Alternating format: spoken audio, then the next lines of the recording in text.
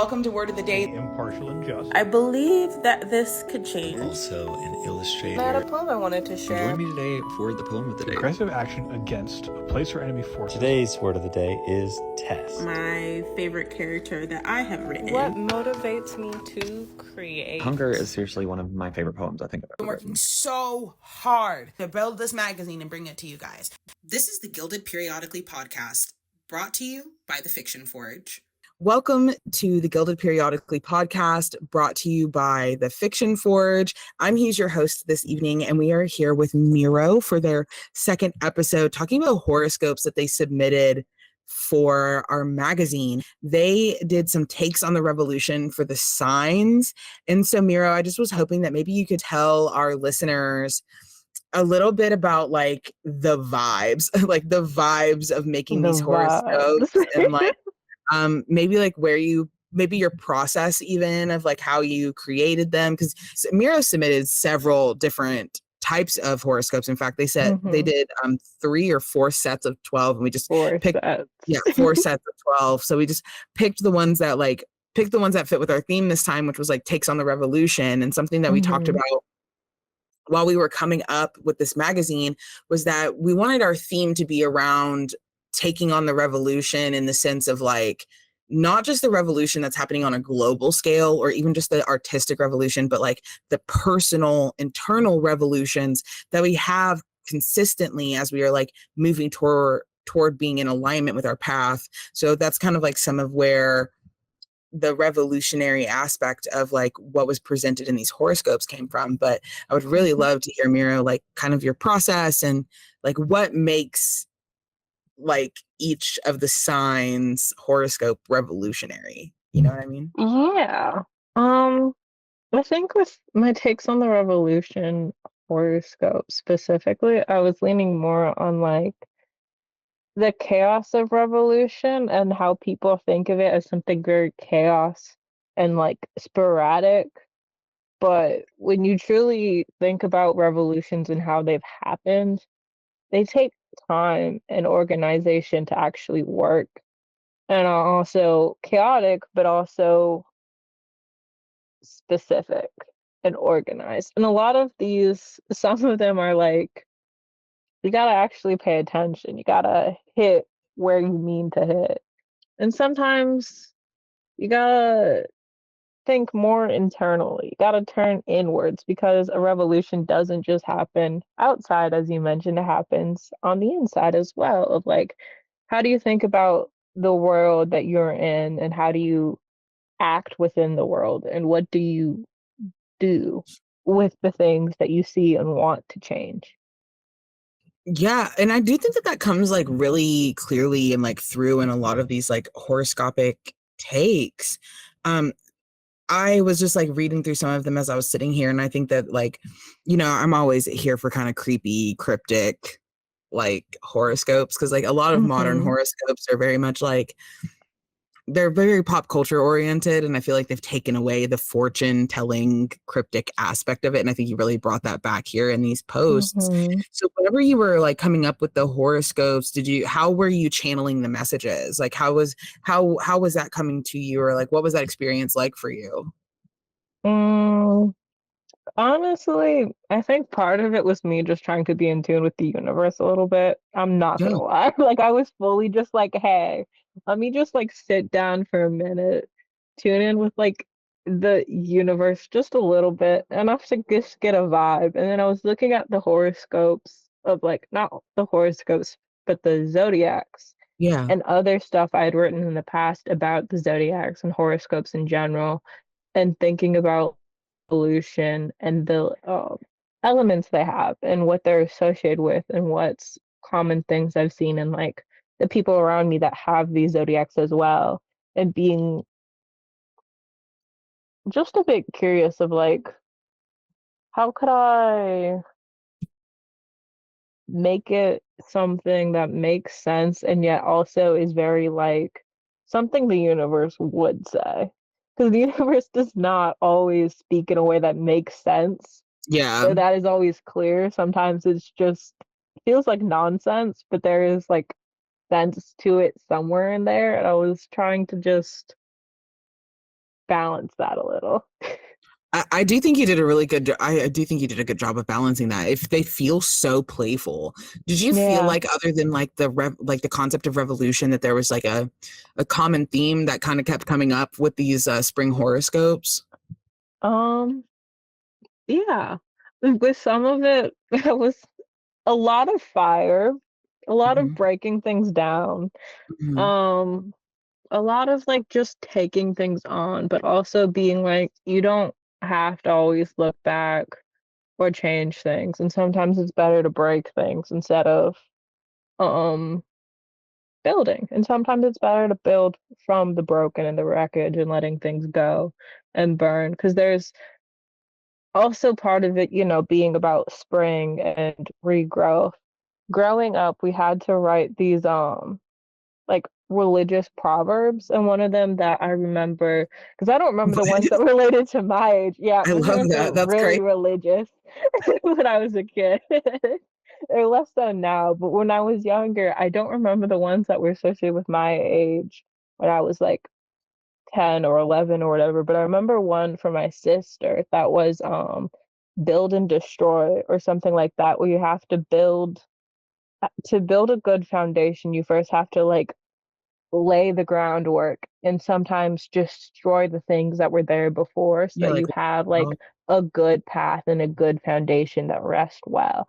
And I was kind of thinking about that a lot while writing this, of sometimes things grow and become rotten and the rotten stuff stays there. And how like with gardening, there's a lot about sometimes you burn down the forest to let new growth and undergrowth come back and regrow stronger. And sometimes it's good to destroy stuff to get it back, but also sometimes you got to take care of yourself as well and not like burn yourself to make things work.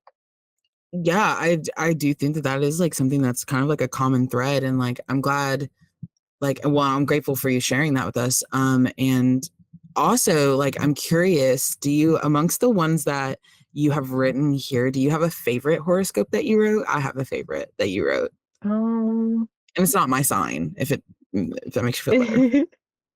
let me think. I think Leo is my favorite. Bro, Leo's my favorite too. That's what I was gonna say. That's crazy. Besides Leo, I would say Pisces. Pisces is also good. I feel like the strength. As a Pisces, I was like, I don't need to say a lot for Pisces. I know what needs to be said though. I know. Well, and I love the concept of like like, because Pisceans feel things so deeply. Y'all get Mhm. angry, and then it's like Mhm. you'll have the anger, but it's fleeting, or you have the anger and you don't use it. You'll be like, oh, Mhm. it's so sad, or you'll be drowned. And I think like Drew is also a Pisces, and so is Sam. Bam. So Yeah. yeah, we got so many Pisces in the guild. I'm a Mhm. second house Pisces, so I get that. My Saturn's in Pisces, but like specifically drowning your energies with your, like, drowning your enemies with your vigor, as like a Mhm. Piscean concept. Like, you guys are very friendly and you're very charismatic, so if you're gonna have the anger, you might as well use it to get like your lick back on the people who are like fronting. But Leo Yeah. actually ended up being my favorite, and I think the reason why I like it is because, like, something that I feel like is common with Leos that are my age, right? So I'm a younger millennial. I was born in 94.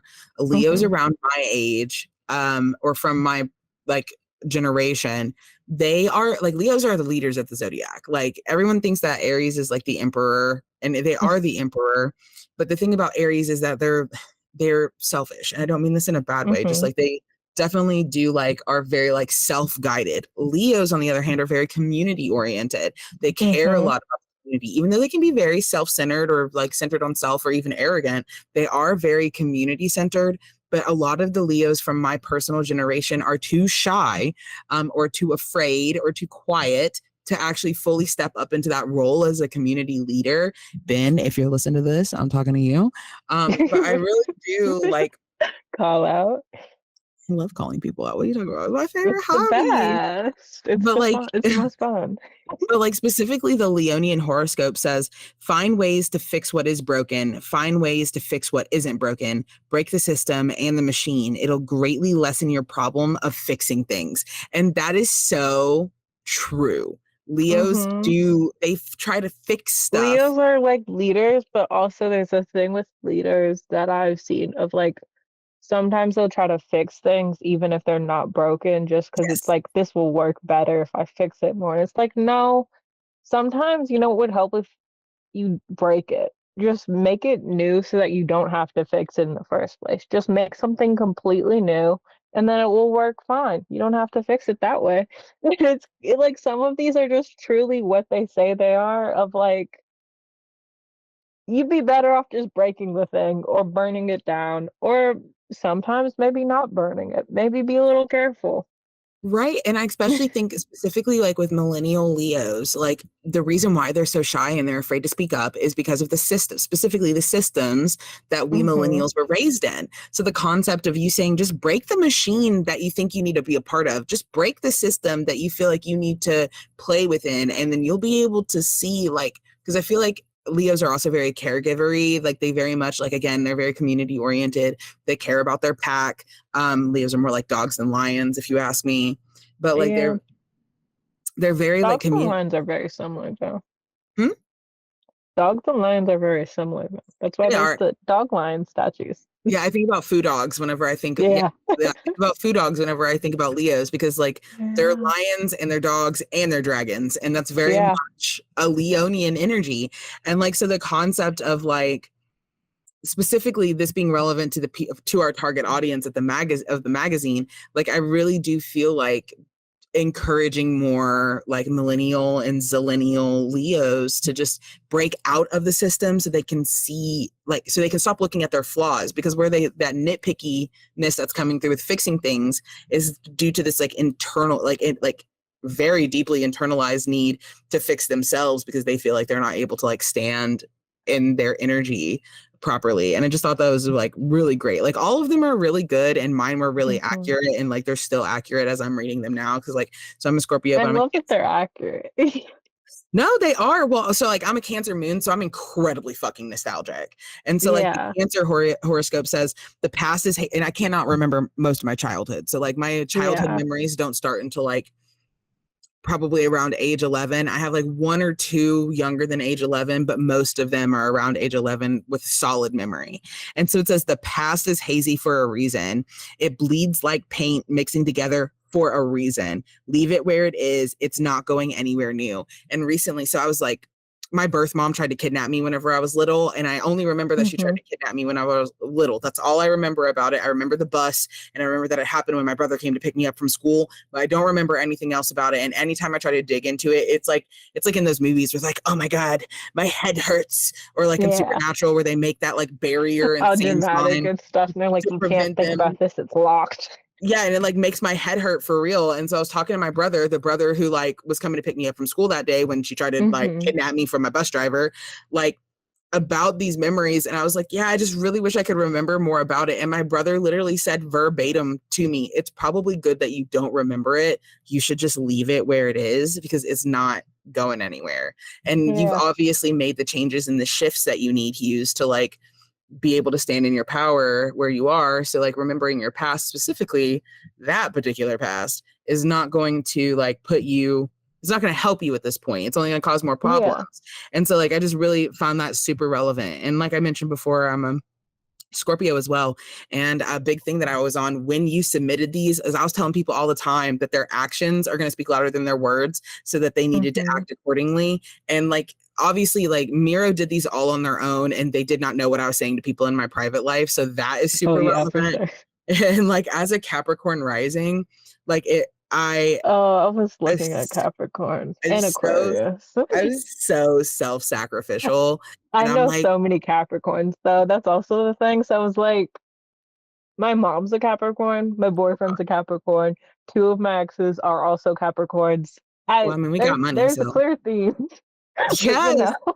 Well, and we're hard workers, and we are good. Like, you know, like Capricorn energy is very much like, I don't want to say fatherhood, because it's not like 100% fatherhood, but it does like create the diligence. Like it's ruled by Saturn. So like they're very diligent and reliable. Diligent stuff. And I was like, sacrifice is not the same. Because I just know too many Capricorns are, it's like you'd sacrifice everything for what you'd want to get. And like, that's great, but also you don't need to do that. So being like sacrifice Yes. is not the same as martyr. You don't need to push for it to be. You're allowed to keep things for yourself. I was like, that's a Yes. thing I would And so say many to so many of Capricorns the people I know that are Capricorns. Like, you can keep this for yourself. This is yours. Keep and it. so many You Capricorns feel deserve to guilty have stuff. about keeping the shit for themselves. Like they'll like a Yeah. Capricorn would win a Pulitzer Prize and be like, can I share it with my cousin because they're also a writer? Like that's Yeah. like you guys can keep shit for yourself. We can keep shit for ourselves, right? And Yeah. I think that's something that like because there's like elevated versions of the sign and then there's like lower versions of the sign, which is not like good or bad. It's just like sitting in the energy of the shadow or the energy of the light. And I feel like specifically around martyrdom, Capricorn people pleasers, like calling myself out, like if you have Capricorn placements and you're a people pleaser, it is a form of Oh, right. self-hatred. Like it is like Yeah. 1,000% of a I form also of have self-hatred. Capricorn and Mars. Oh my gosh. Oh my Yeah, God. And like Mars all of and your actions. Cronus, I think. So yeah, like it's funny that I have Capricorn and Mars and then have heavy relationships with all Capricorn, Well, yeah, well, and also like Mars like representing deep like connections. like relationships and lust and like Mm-hmm. not like love like how Venus is love, but like the deeper, more carnal love. Like, yeah, that's really not surprising. But also like just thinking about how and who you are, no wonder all you do is right. Like if that's your passion Yeah, and like where your projects is and like where your desires is, it's yeah. like right in Yeah, your because I house. was like, Capricorns, they work hard. They just dedicate to what they do and nothing else. And I'm They're like, so yeah, that one-track makes minded. sense. It's so Like they're deeply one-track-minded. complex, but they do have very like one-track minds. Yeah. And so like those were some of the ones that I really think that like they're all good, but y'all better just go listen to them be read because I don't want to like reveal too much about them, but they're all really good and super relevant. And I feel like even now, like because like obviously we've been sitting with these horoscopes were written planned for our release date on the 20th, the 21st, right? So like Yeah. even though these are just like we've been sitting with these horoscopes for months now and they're still relevant. So I'm super excited to have everybody in the hood go crazy, as Tech Nine says, with these horoscopes when they come out on the 20th, because like they are so good and they're very timeless and very relevant. And like, so I really did enjoy them. And so like, I am curious, like Mira, like whenever I pose, like, because like I also, I'm an astrologer and I write horoscopes for fun. So like I was definitely down to like do them, but I did pose to the guild, like, does anybody else want to take this like off my plate? Yeah. You were like the first one to like kind of like jump on that. So like, do you mind telling me like a little bit of, like how you got into like horoscopes and astrology and like part of like why you wanted to take on the task of doing the horoscopes other than just like wanting to challenge yourself? Because I know that that's just like the type of person that you are in that regard. Yeah, part of it, I think I'd in the past written a thing about horoscopes, more based on like cryptic energy of like what would be something that would be like cryptids get their horoscopes read type energy, where it's like this is just creepy and unnerving. I What like what does this unnerving mean? horoscopes too. Yeah, and I was like, that's so fun. And then I had decided at some point I wanted to make this podcast about like this um lost world essentially. And I wanted to give them horoscopes as well of like what would you get as advice in this strange world where a lot of things are lost and you're trying to just survive however you can. Like what would be the advice you get from that? And so when you had brought this up, I was like, oh, I could use those as well, but also I wanted to try and challenge myself to write something new as well. That's what I did with this, thinking about like taking on the revolution and also just in general there's something really fun about like thinking about the horoscopes and the zodiacs and like what type of people they can be, and also like the overlapping of zodiacs and like what type of people make up each one put together. Because I did this ironically, I think it was last night. I was looking at some of my character sheets because I have character sheets, And I Yeah. was thinking about like birthdays for them because I wanted to continue a chapter of something. And I was like, what if it's this character's birthday in June? And I was like, what's the zodiac in June then? And it was like so perfect for them. And then I just started down like a whole path of writing down what each of my characters' zodiacs were and going back to other ones to map out like what age they are, when they were born, what's their zodiacs. Like for one of them, I have like a full lineup of like their sun and rising and moon sign because I'm like, Yeah. no, that's perfectly who they are. So, I just really love zodiac. No, I do. No, I mean like don't get me twisted. Like I love astrology too 100%. And so like I just like listening to you talk about it. I think that's something that is like very common with us as like Westerners is that we like look at the astrology and like the zodiacs as like a personality quiz or like a Hmm. personality radar, like an enneagram or something. And like hearing you talk about it that way just now was like very funny in a good way to me because I was like, yeah, like it makes sense. Like you can build strong characters and add depth to Hmm. characters by like unpacking like what they're like making a chart for them, like make a Hmm. chart for your characters, like so that way you can like get to know them better, especially if you're someone who's like It's such into a fun way. astrology, because like that will definitely give you like I haven't done it. I have thought about it before but I haven't done it, but have after having this conversation with you I'm like I'm gonna go do this for heat stroke because like Yeah. that'd be It so also helped fun. me figure out their ages because some of them are Yeah. like either going to turn like a new age or they're already the age they are when everything starts. And that's kind of like relevant for my characters of like, how old are they when everything unfolds? And how does this affect them unfolding? Because some of them are like just leaving high school, and some of them are like a few years into adulthood, being like, they don't know what they're doing, but they're trying to. And then suddenly everything hits the fan and goes to chaos. Like, how do they navigate that? Are you talking about Dogs of the Damned? Yeah, specifically Yeah. book two.